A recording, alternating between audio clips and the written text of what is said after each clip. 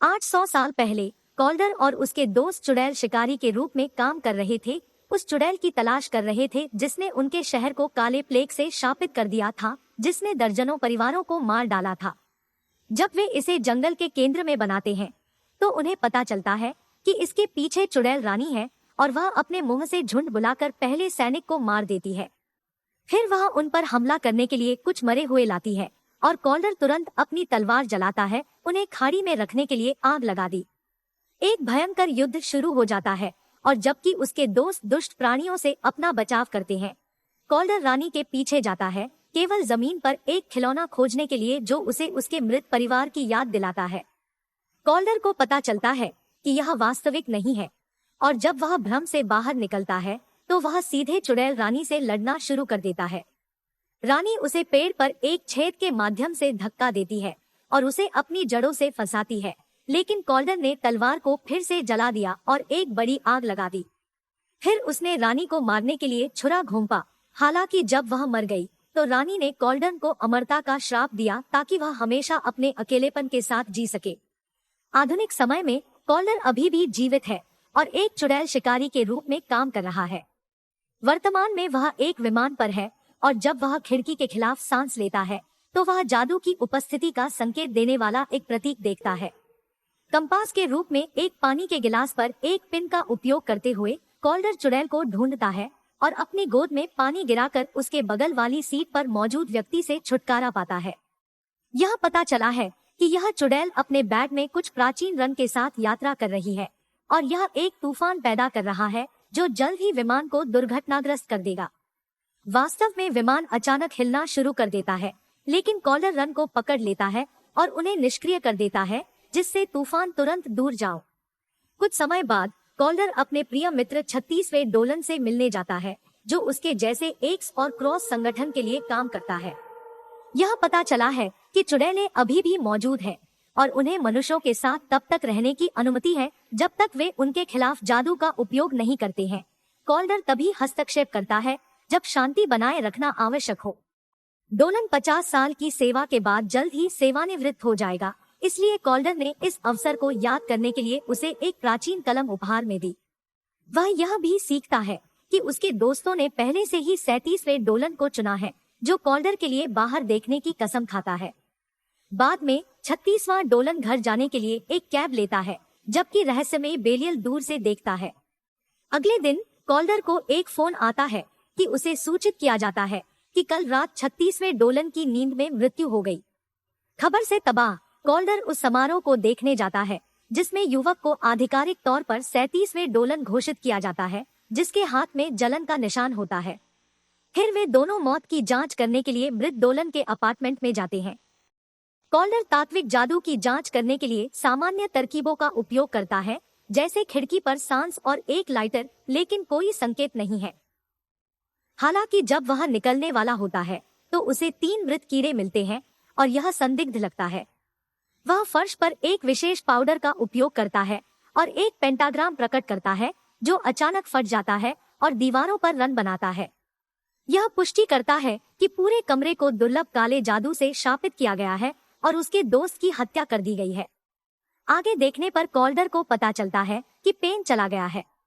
वह खूनी फिंगरप्रिंट वाली एक किताब भी पाता है और नए डोलन पर शक करना शुरू कर देता है, लेकिन वह आदमी अपनी बेगुनाही साबित करने के लिए अपने जले हुए हाथों को प्रकट करता है। जब वह एक बच्चा था, कुछ चुड़ैलों ने उसके घर में आग लगा दी थी और वह कॉल्डर था जिसने उसे इससे बचाया था। बाद में दोनों स्थानीय बेकरी में जाते हैं और रसोई में अपना रास्ता बनाते हैं, जहां लोग खौफनाक सामग्री से खाना बना रहे हैं। शक्तिशाली चुड़ैल मैक्स वहां अवैध ऊपरी बेच रही है और जब वह उन्हें सुनता है तो तितलियों के एक बादल के साथ भागने की कोशिश करता है, लेकिन कॉल्डर तितलियों को एक जार में कैद करके अपना रास्ता रोक लेता है। मैक्स का कहना है कि वह काले जादू के एक उपयोगकर्ता के बारे में कुछ नहीं जानता है, लेकिन कॉल्डर द्वारा धमकी भरे लहजे में जोर देने के बाद मैक्स बताता है कि उसने एक अजनबी को एक निषिद्ध जड़ी बूटी बेची। मैक्स अंधा है, इसलिए वह उस आदमी का वर्णन नहीं कर सकता, लेकिन उसने अपने शरीर पर आर्सेनिक और सड़े सेब की गंध को सूंघा। यह कॉल्डर को यह विचार देता है कि हत्यारा एक सेब के पेड़ के पास एक अंतिम संस्कार पार्लर में है, इसलिए वह अपनी सुरक्षा के लिए डोलन को घर भेज देता है और अकेले जांच करने जाता है। इस बीच एक बच्चा सड़कों पर चिपचिपा भालू के निशान को देखकर चौंक जाता है और एक उज्जवल घर के पास एक सुंदर चिपचिपा पेड़ खोजने के लिए उसका पीछा करता है, जहां बेलियाल देख रहा है। जब बच्चा गमियों को पकड़ लेता है, कॉल्डर उसे रोकता है और प्रकट करता है कि वे वास्तव में सड़े हुए सेब है। घर पुराना और बदसूरत हो जाता है और जब कॉल्डर जांच करने के लिए प्रवेश करता है तो उसे एक युवा डरी हुई लड़की मिलती है। कॉल्डर उसके पास केवल यह पता लगाने के लिए पहुंचता है कि वह एलिक नामक भेस में एक करामाती है। करामाती कॉल्डर पर हमला करने की कोशिश करता है और भागने से पहले उसका हाथ काट लेता है। कॉल्डर का घाव जल्दी से बंद हो जाता है और एलिस के पीछे चला जाता है, एक चाकू फेंक कर उसे दीवार पर चिपका देता है। डोलन का गिफ्ट पेन मिलने के बाद कॉल्डर एलिक को बाहर खदेड़ देता है और उसे चुड़ैलों की परिषद में ले जाता है, जहां 37वां बदला लेने के लिए एलिक को भूंसा मारने का मौका लेता है। काउंसिल लीडर ग्लेसर एलिस को दोषी साबित करने के लिए कार्ड रीडिंग का उपयोग करता है और कॉल्डर की उपेक्षा करता है जब वह कहते हैं कि एलिक अपने द्वारा उपयोग किए जाने वाले शक्तिशाली मंत्र को देखते हुए अकेले काम नहीं कर सकता था। ग्लेसर एक भयानक प्राणी को सेंटिनल के रूप में जानता है और बिना किसी हिचकिचाहट के एलिक को खिलाता है। फिर कॉल्डर ने ग्लेसर के कपड़ों पर एक मृत कीट देखा, उसे एक विचार दिया। वह 36वें डोलन के शरीर की जांच करता है और जादू की उपस्थिति को साबित करने के लिए एक नक्काशीदार मोमबत्ती का उपयोग करता है। फिर वह डोलन की गर्दन की जांच करता है और एक और कीट पाता है जो साबित करता है कि वह मरा नहीं है, वह वास्तव में पुराने स्कूल के काले जादू से शापित है। श्राप से छुटकारा पाने का एकमात्र तरीका यह है कि इसे फेंकने वाले करामाती को मार दिया जाए। चूंकि एलिक मर चुका है, यह साबित करता है कि वह किसी के लिए काम कर रहा था। कॉल्डर ने भी डोलन की उंगली पर एक कट देखा और पुस्तक को फिर से जांचने के लिए चला गया, एक संदेश बनाने के उद्देश्य से छोड़े गए कई खूनी उंगलियों के निशान ढूंढे, अपनी मृत्यु को याद रखें। क्योंकि कॉल्डर को अपने प्रारंभिक जीवन को याद नहीं है, वह एक चुड़ैल के पास जाता है मदद के लिए। बार मालिक क्लोए को छोड़कर उसकी मात्र उपस्थिति सभी चुड़ैलों को डरा देती है, जो कॉल्डर एक स्मृति मंत्र के लिए पूछता है। क्लोए एक डायन शिकारी की मदद करने से हिचकिचाती है क्योंकि वह उसकी तरह का शिकार करता है, लेकिन जब कॉल्डर समझाता है कि यह एक दोस्त की खातिर है तो वह स्वीकार कर लेती है। वह एक चेरी के अंदर एक मेमोरी पोशन डालने के लिए आगे बढ़ती है और जब कॉल्डर इसे खाता है तो वह अचानक खुद को जंगल में पाता है। शापित लकड़ियां अपनी ही जली हुई लाश को जमीन पर घुटना टेकते देखकर। हालांकि जब वह और अधिक देखने वाला होता है तो बेलियाल दिखाई देता है और उसे जादू से बाहर निकाल देता है। जब कॉल्डर अचानक खुद को फर्श पर जंजीर से बंधा हुआ पाता है, अपनी उंगलियों को तोड़कर वह कफ के माध्यम से अपना हाथ प्राप्त करने का प्रबंधन करता है और बेलियाल के बाद जाने से पहले खुद को मुक्त कर लेता है, जिससे लड़ाई शुरू हो जाती है। दुर्भाग्य से कॉल्डर अभी भी जादू के प्रभाव में है और मतिभ्रम देखता रहता है, इसलिए वह अच्छी तरह से लड़ नहीं सकता है। बेलियल बार को आग लगाने के मौके का उपयोग करता है, जिससे क्लोडर को कॉल्डर को अपनी समाधि से वापस लाने के लिए छोड़ दिया जाता है। कॉल्डर सोचती है कि वह रानी है और उसे मारने की कोशिश करती है, लेकिन वह उसके चेहरे पर एक पाउडर उड़ा देती है और उसे समय पर जगा देती है। कॉल्डर फिर से बेलियाल को पकड़ने की कोशिश करता है, लेकिन बेलियाल फर्श पर एक जड़ का छेद खोल देता है और गायब हो जाता है। क्लो कोई फायदा नहीं होने पर आग बुझाने की कोशिश करता है और अपने बार के नुकसान का शोक मनाता है, क्योंकि यह सब उसके पास था। इसलिए वह कहती है कि कॉल्डर एक राक्षस जैसा है, सभी कहते हैं। बाद में शाम को क्लोए अपने अपार्टमेंट में एक अजीब शोर सुनती है और अचानक सभी रोशनी फट जाती है, जिससे जड़े फर्श में एक और छेद खोलती है और उसे नीचे नरक में खींचती है। क्लोए अपनी पकड़ से मुक्त संघर्ष करने की कोशिश करती है और कॉल्डर के हाथ को उसकी मदद करने के लिए नोटिस करती है, लेकिन उसी क्षण वह जाग जाती है और खुद को गिरजाघर में पाती है। कॉल्डर और 37वें डोलन बेलियाल पर शोध कर रहे हैं और कॉल्डर ने क्लोई से फिर से मदद मांगी, उसे उसके बार का बदला लेने के लिए सहयोग करने के लिए राजी किया। क्लोए स्वीकार करती है, लेकिन उसके बार चले जाने के बाद उसे औषधि के लिए सामग्री की जरूरत होती है, इसलिए वह कॉल्डर को एक दोस्त के घर ले जाती है। जब वे वहां पहुंचते हैं तो क्लोई को पता चलता है कि उसके दोस्त की हत्या कर दी गई है और सभी महत्वपूर्ण पौधे चोरी हो गए हैं। उस समय उसे अपने दोस्त के फोन से एक कॉल आती है, लेकिन यह एक संदेश के साथ बेलियाल है जो आने वाले और हमलों की धमकी दे रहा है। क्योंकि उनके पास कोई अन्य विकल्प नहीं है, कॉल्डर खतरनाक चुड़ैल दानिक को देखने जाता है, जो उन्हें पौधों को उधार देने के लिए स्वीकार करती है। हालांकि जब क्लोए पौधे की जांच से विचलित होता है, कॉल्डर को अचानक अपने परिवार का भ्रम दिखाई देने लगता है। यह पता चला है कि डैनिक एक गद्दार है, और जब उसके कर्मचारी क्लो को पकड़ते हैं तो कॉल्डर एक स्मृति जादू में फंस जाता है। वह अपने परिवार को फिर से देखने का आनंद लेता है, लेकिन क्लो द्वारा उसकी खुशी बाधित होती है, जो उसके जागने तक बात करना और धक्का देना जारी रखता है। वास्तव में कॉल्डर खुद को डैनिक के आदमियों द्वारा घसीटा हुआ पाता है। वह तुरंत उन सभी को बाहर निकालता है और क्लोए को ढूंढता है, डैनिक से पूछताछ करने से पहले उसे मुक्त करता है। डायन कसम खाती है कि वह बेलियाल के इरादों को नहीं जानती, उसने केवल उसे पौधे दिए जो उसे चाहिए थे।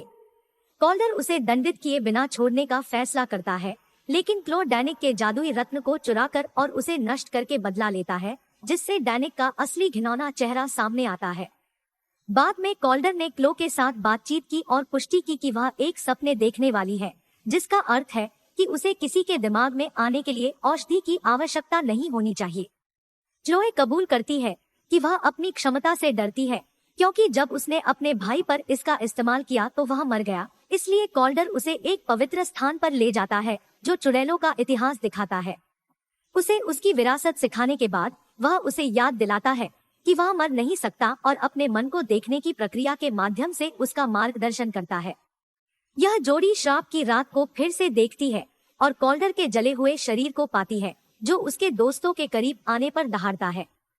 जब पहली दोलन ने रानी के दिल को नष्ट करने की कोशिश की तो कॉल्डर दर्द से चिल्लाने लगा, जिसका अर्थ है कि वे कॉल्डर को मारे बिना रानी को नहीं मार सकते थे। बहुत दिल को छिपा कर रखा गया था और क्लो को पता चलता है कि बेलियाल ने 36वें डोलन को मार डाला, क्योंकि वह जानता था कि दिल कहाँ है और रानी को वापस लाने के लिए इसका इस्तेमाल करेगा।